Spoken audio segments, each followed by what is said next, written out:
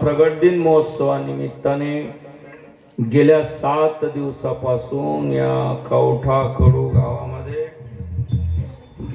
श्री संत गजानन महाराजांचा प्रगट दिन महोत्सव हा अतिशय सुख समृद्धी आनंदाने आणि भरभराटीने संपूर्ण बाजूने परिपूर्णत्वाच्या दिशेवर आतापर्यंत आलेला आहे।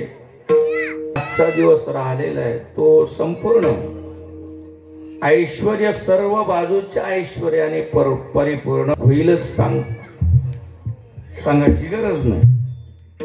म्हणून संप्रदायाच्या नियमाप्रमाणे सांगताही काल्याच्या कीर्तनाने होत असते। म्हणून काल्याच्या कीर्तनाला घेतलेली हे गौडण आहे संत सम्राट माऊली ज्ञानोबा यांची। यावरती बोलण्या तत्पूर्वी ज्या निमित्ताने आपण कार्यक्रम करतोय अनेक वर्षापासून, बहुतेक मला वाटतं 13 वर्ष की 12 वर्ष आहे, आणि याही वर्षी केला।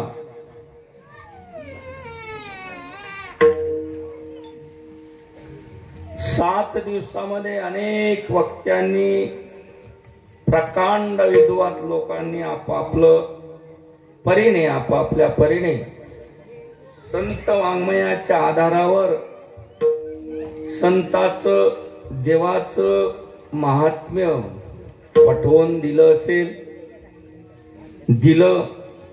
भागवतामध्ये सुद्धा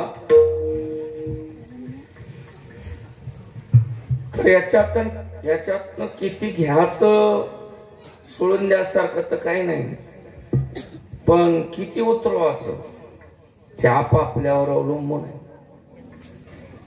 कार्यक्रम हा मनोरंजना करता नसतो, कथा असो कीर्तन असो।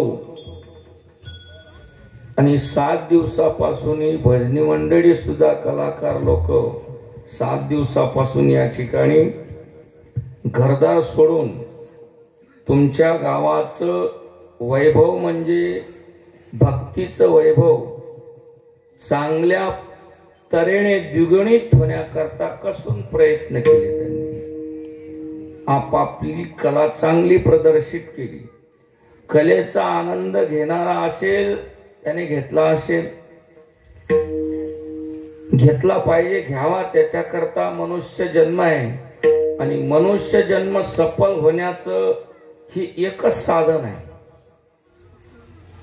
म्हणून आजच्या दिवशी भगवान परमात्म्याचं चरित्र सांगावं लागतं, हे क्रमप्राप्त आहे। आणि 7 दिवस तेच सांगितलं आहे भागवतामध्ये। पण भगवान श्रीकृष्णाने चरित्र एका ठिकाणी केलं नाही, वृंदावनातही केलं, गोकुळातही केलं, मथुरेतही केलं, द्वारकेमध्ये केलं चरित्र। पण विशेष चरित्राचं वर्णन काल्याच्या दिवशी चरित्र ते उच्चारावे